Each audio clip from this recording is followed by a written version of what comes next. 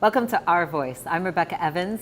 And I'm Kim Peek. We have a truly exciting show today, starting with John Cunningham, the CEO of the Grove Hotel. And we have a great interview with Jan Reeves, who is the director for the Idaho Office for Refugees. We also talk with Angie Smith, who uses art and photography to make a difference. And finally, we end with one of the most amazing talents to date, 15-year-old singer, songwriter, and musician, Sophia Test. You're going to want to stay with us.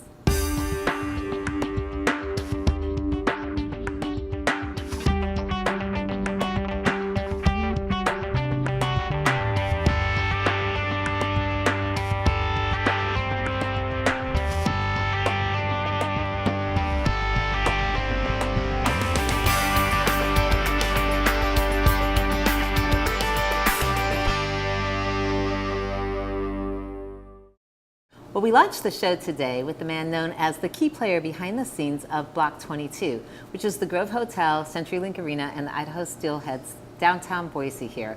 And honestly, John Cunningham, he's the CEO, he has kept this entity thriving from the recession to today. And I'm really excited to have a word with him about some of his strategies. So thanks so much for being here. Good morning, glad to be here. Okay, so first I want to start off because I'm a former athlete myself. And I think you bring a lot of your athletic abilities to the key role as a leader here. And I just want to talk to you a little bit about your time in sports, your time as an athlete. Okay, I'll take you back to the beginning. I grew up in New England in a region where sports is very important. And we grew up watching and playing the major sports. Primarily in my family, I was one of four boys and a girl. It was very competitive, and I grew up playing hockey and baseball primarily. I was weeded out of hockey at the high school level for a lack of ability, but I continued to play recreationally, but continued to play baseball, and then the college I went to, I focused on business, and I got a degree in accounting, and worked as an auditor for about 4 years, but kept my hand in the sports side. I came to the realization after struggling for 4 years in accounting that maybe it'd be best to combine my love of sports with my business background and try to make a career of it. And is that what brought you to the Grove to begin with? Yeah. So that was 22 years ago. Right. Okay, So in 1990. Not to date you. You were what, 12? Yeah. Yeah, I wish. In 1991, every year there's a gathering of all the professional baseball teams, and there's also a job fair. And so I went looking for a job, and there was one organization that was willing to talk to me and offer me a position. It was the group in Boise, Idaho, and realized that, hey, I got a chance to maybe pursue something that I love. So I accepted the job in Boise, and have pretty much been here ever since. That was 1992. But there is this culture you guys have going on here at the Grove Hotel. I mean, I always compare it to the city. This is a city here. There's so much happening, but it's a community. It's like a family. So was that part of the enticement? Do you want to talk about the culture here a little bit? A lot of people don't realize we actually are one big happy family. Yeah. The three entities act as independent divisions, but we all work together. There's a lot of synergies between them. And there's also a lot of employees that make it happen. You pointed to me as the leader of the group, but really the key player. The key player. But there's 450 people that are employed here that really make things happen. Block 22 pours so much into the heart of Boise. And I think a lot of people, we've been here for so long, we take it for granted. So I want to talk to you a little bit about that, because there's so much going on here, from events to sports. Share with me your insight on that. Well, there's a lot.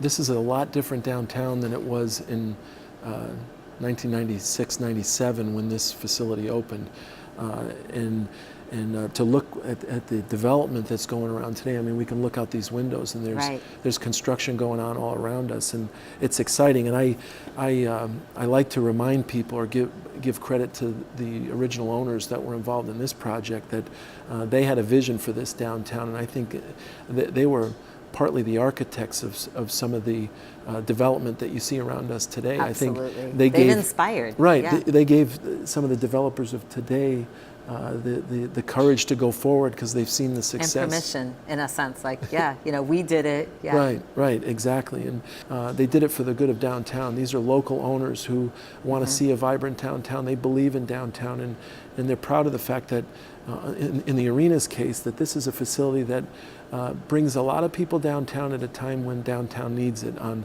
cold winter weekend nights. There's I think it's over 30 or 40,000 people that work downtown during the day. So between 8 to 5, there's a lot of people that drive in, park, and then leave. But after 5 o'clock, there's not a lot happening. And on weekends, it can be a challenge for restaurants. Especially in the winter. Right, especially in the winter. When the weather's not great, it's a challenge for restaurant owners to get people in those doors. So we're proud of the fact that our events stimulate activity, drive traffic to downtown, and help keep the downtown community vibrant. Okay, so there's all this diversity. You have baseball, you have hockey, you have you as a leader, you as a CEO, you as a dad, you as a brother, crazy siblings. There had to be like several aha moments, if you will, or powerful life lessons. Can you just pick one that you think is worthy of sharing? I just want to pick your brain. One of the things I'd say, I feel really lucky that I've worked for some terrific leaders. And each one of them I've tried to learn from. Like one of my first bosses, and I've had a lot of jobs in my life, but one of my first bosses out of college, he saw I was struggling in accounting, and he gave me a book, and the title of the book was "Do What You Love and the Money Will Follow." And the title says it all. It's a pretty easy read, but it inspired me to pursue a career in sports. And then when I started working for the Boise Hawks, that ownership group was terrific. They were honest, hardworking people. And then this ownership group is the same way. They really empower our team to do the right thing. Well, I'm just thrilled to have had a chance to talk to you, learn more about who you are, where you've been. I know there's so much more to your story. We can't get it in such a short interview. It'll kill your ratings if we go any deeper. Yeah, we can't. Yeah, we're not going to put any of those pictures up of you in a baseball uniform please don't. Either. Yeah, we'll leave those off. Okay. But it's just been really an honor being here at the Grove. I mean, you guys have made it great for our show, our voice, and what a great icon in our community. So thank you for all that you do and the staff here. Well, thanks for giving us a chance to tell our story. Yeah, I appreciate it. Yeah, awesome. Okay, coming up next, we have Jan Reeves, and he is the director for the Idaho Office for Refugees. Stay with us. This year, as many as 85,000 refugees will be resettled into the United States, 1,000 of them here in Boise. We're one of 200 cities that help in the resettlement of refugees. And there's a lot of concern surrounding this topic. It's become an intense topic. There's a lot of confusion as well. So to help give us some information and answers, we've invited Jan Reeves. He's the director for the Idaho Office of Refugees. I want to thank you so much for being here today. Thank you for the invitation. It's a pleasure to be here. Yeah, so can you just start off and tell us a little bit about your office and what you do, what it's about? I'd love to. The Idaho Office for Refugees is the organization that administers the refugee resettlement program throughout the state of Idaho. So anywhere there is a refugee within our state, we have a responsibility to assure that there is access to services that will assist that individual or that family to become self-sufficient. So one of the concerns that we hear about, and I think it's simply because there's not a lot of information or there's misinformation, is the screening process. Sure. The vetting process. And really, what I've learned is it can take quite a while for a family, a refugee, to be screened. Tell us a little bit about this. Right. Well, this has been a very controversial topic, as you suggest. Yeah. And there's been quite a bit of misinformation about it. Right. And I think it's important for people to really understand that it's a responsibility that the U.S. Department of Homeland Security takes very seriously. They are responsible for our nation's safety, and they are ultimately responsible for approving every refugee that is admitted to the U.S. through the resettlement program. It does take anywhere from 18 to 24 months to get through the process. That involves multiple security checks, background checks, multiple security agencies involved, including in addition to the Department of Homeland Security, the National Counterterrorism Center, and the FBI's Terrorist Screening Center, all involved in making sure that the right people get into the U.S. and not the wrong people. So 1,000 refugees resettled into Idaho, Boise, Idaho specifically. So why Idaho? Well, the 1,000 number is an average over the last 4 or 5 years, so there's not been a significant increase in that time. My real answer to that question is why not Boise? Boise's a great place. We have a receptive community, we have resources, there are opportunities here, there are many community partners that are engaged in the resettlement process, and refugees have an opportunity here to really start their lives over again on a solid footing with a positive future ahead of them, and that's what we want. We want people to be contributing members of society. So with this, there's also the concern of the impact on the workforce or impact on employment availability for those who are not refugees. So can you address that a little bit? First of all, refugees are expected to go to work when they get here. This is our national policy. It ultimately comes down to an employer's decision. Who is that employer going to hire? And they have the final discretion on hiring a refugee or someone who's not a refugee. And many employers who have had some experience with hiring refugees are actually seeking additional refugees in their workforce because they've had a positive experience.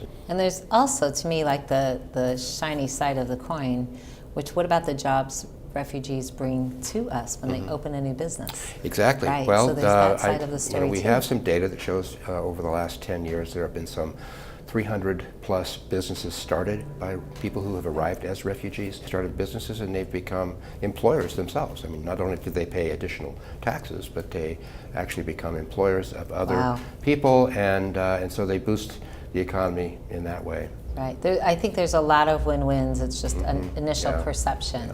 So while you've been involved in this, what's a pivotal moment for you or a defining moment? Has there been, I'm sure there's been more than one, but is there one that you can share?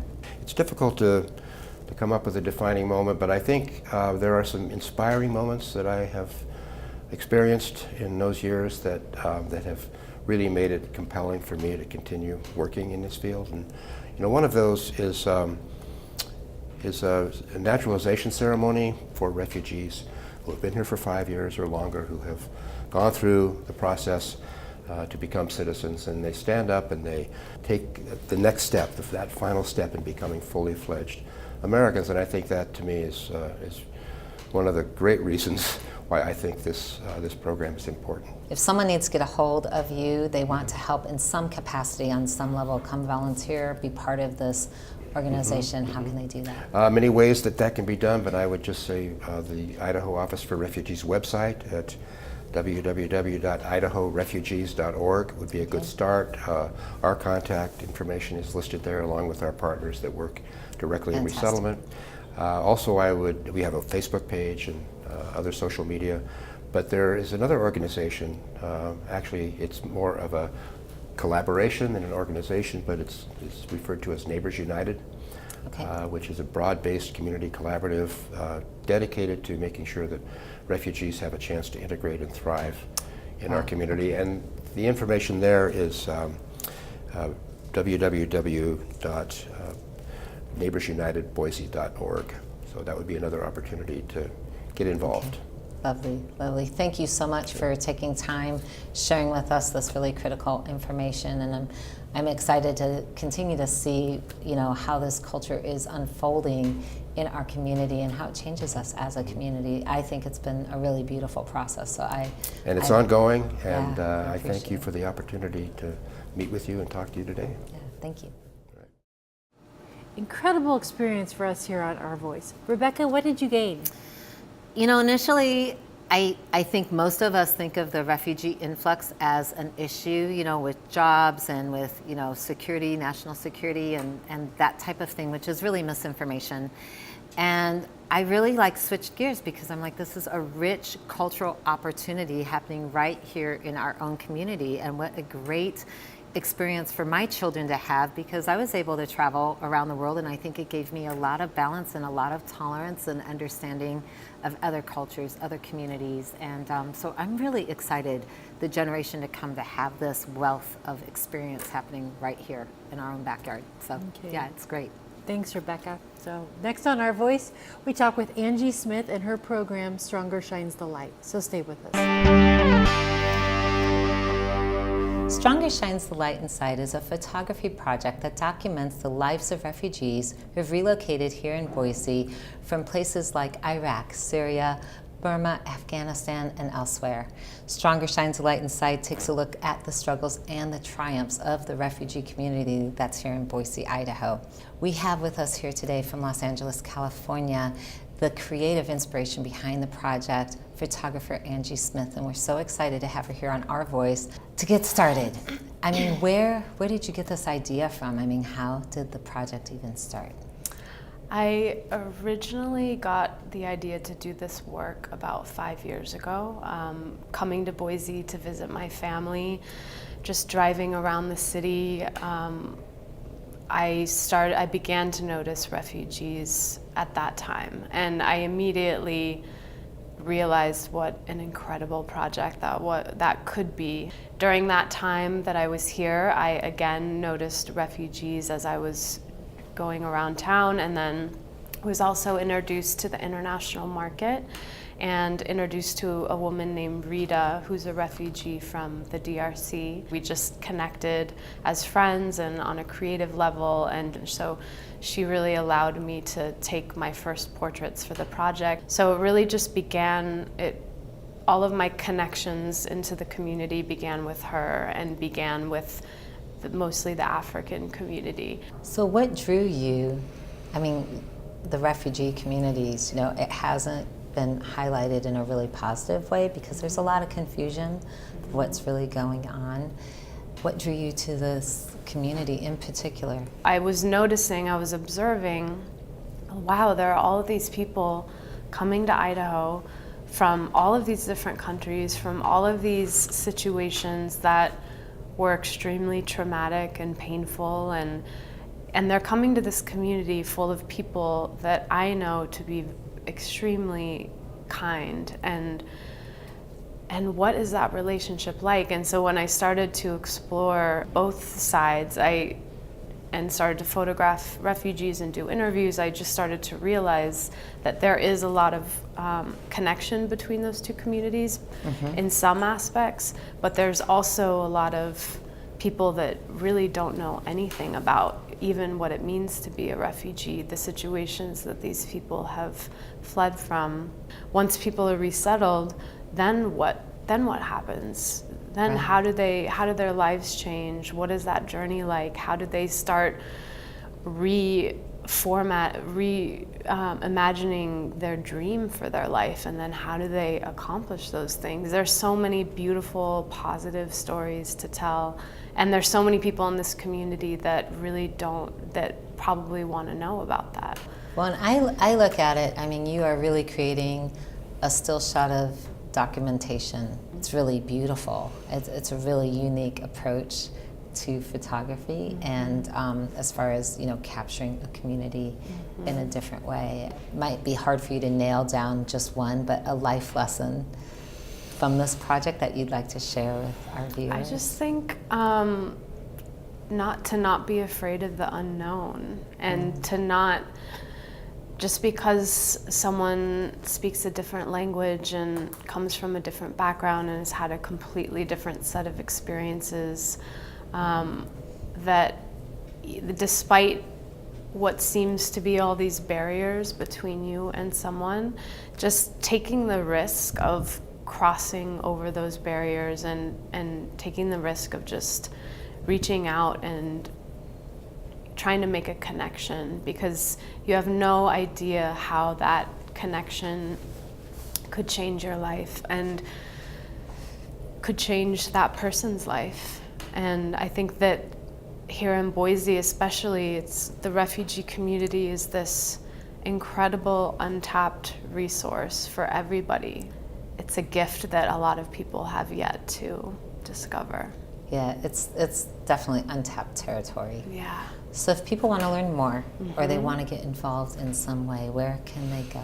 Well, I would say, I mean, if you want to learn more about my project, you can go to my website, strongershinesthelightinside.com. I also have a Facebook page where it's a great community resource staying connected to the refugee community in Boise. But there are also a lot of other great resources in Boise. To volunteer, I would suggest contacting the International Rescue Committee or Agency for New Americans. Those are the two, or World Relief also. Those are the three major agencies in Boise where you can sign up to volunteer and be matched up with a family that's just arrived. In the interviews I've done with refugees, it's really incredible to hear them talk about the first people that helped them. I've learned through doing all the interviews I've done have really made such a big difference to whether someone is, how successful they are here. I think your work is so powerful and inspiring and heartfelt, and I'm so thrilled to meet you. Thank you for your work and sharing your story. Thank you so much. I appreciate it. So Rebecca, what was one of your takeaways from that story? You know, it was great sitting down with Angie, and she's so passionate about capturing stories visually. And I think of what we're doing, capturing stories visually, audibly, and sharing them with our audience. And the passion that artists have, you know, they get a cause and really they become the pulse of our community. I mean, she's creating a time capsule of refugees and their stories and their journey, and it's just really beautiful, and we all need to do our part. I mean, that's what I took away. We all should use our gifts to do our part. Great. Okay, coming up next, by the way, we have this amazing young lady. Her name is Sophia Test. She's 15 years old, and one of the things we love to do on our show is not just stories, but share artists, musicians, songwriters, up and coming, and you are going to have your socks knocked off. So stay with us. We're here at the Hemingway Center at Boise State University, and with us on Our Voice is Sophia Test, and she is sharing her musical talent. Thank you so much for being here. Thank you for having me. I know you started like in second grade, and you're Yes. obviously not in second grade anymore. No, so I'm not. how old are you? I'm 15 years old and I'm a sophomore. Okay, so you've been playing music about 7, 8, 9? 8.5 years by now, yeah. Okay, so do you remember like the first thing you ever played? I do, actually. What was it? Yeah, it was Mary Had a Little Lamb. Oh, can you still play it? Yeah, I Okay. can try. You could.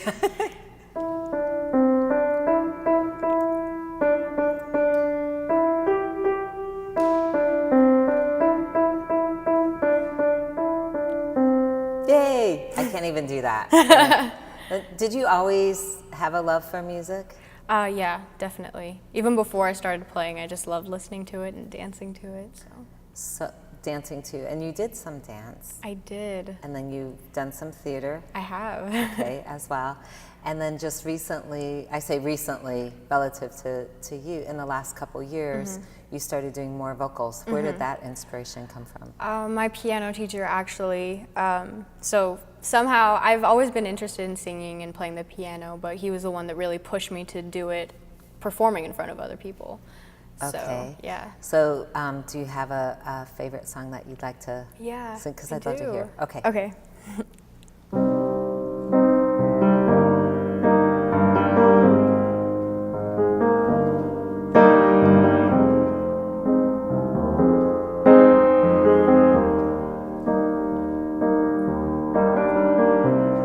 Everybody loves the things you do,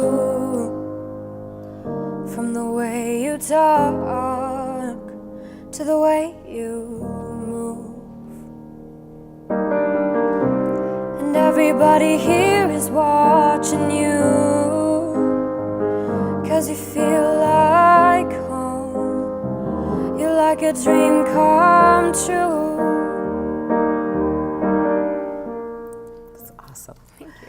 So, and you didn't know you could do that. This was Well, you know, I was always interested in it, but I didn't really, I didn't know that I could be, you know, singing just along with Adele and all those other singers up there.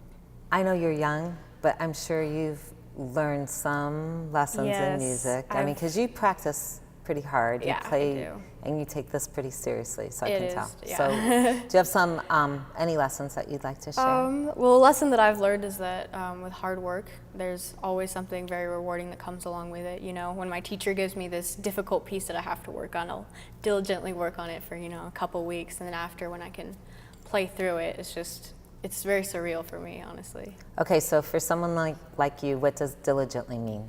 Diligently means after school, finish homework, go straight to the piano, and just play for as long as I need to or as long as I want to. And yeah. So pretty focused. Yeah. Okay, and do you have someone who's inspired you along the way? Honestly, I'd have to say my mom, just because she's always been pushing me to, you know, always stick to my art and stick to my music.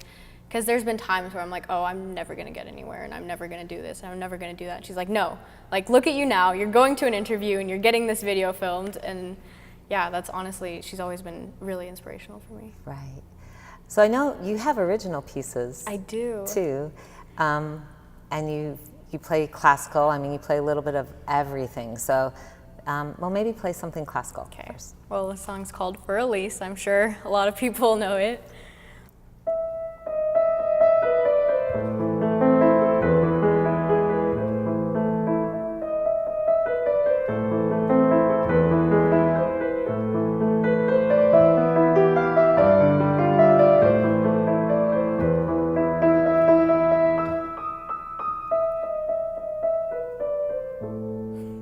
Okay, so yeah, everyone knows that song, but not everyone knows your originals. So No. would you be willing to share one of those? Sure.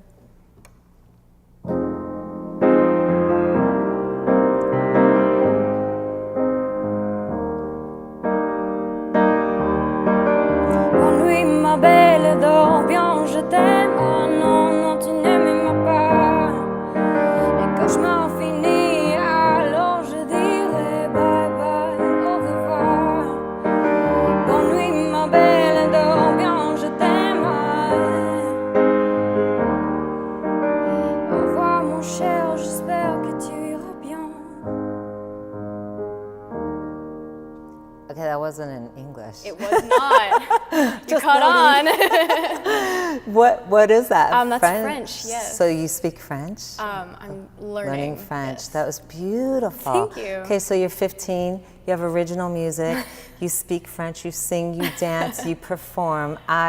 You saw her here first on Our Voice. I am so excited for you putting your gifts out there into the world. We'll be blessed to have you share that. So thank you Thank for you being for here. having me. Absolutely. Wow. Rebecca? She leaves you speechless. Yeah. I mean, that young lady, her voice is hauntingly beautiful, and, you know, writes her own music at 15, and, you know, never really thought she was going to be doing this, and I was just impressed with her. So I'm so excited to see how she is going to soar and what she does in the world. What the future will hold. Yeah. So we have to stay tuned to her life as well. Here on Our Voice, we love sharing stories that inspire, stories that matter, stories that make a difference. That's right, and we couldn't do it without the support of our sponsors. We couldn't do it either without you, the viewers, because a lot of you share your stories with us, and we want to make sure you realize your voice, it truly matters. Here on Our Voice.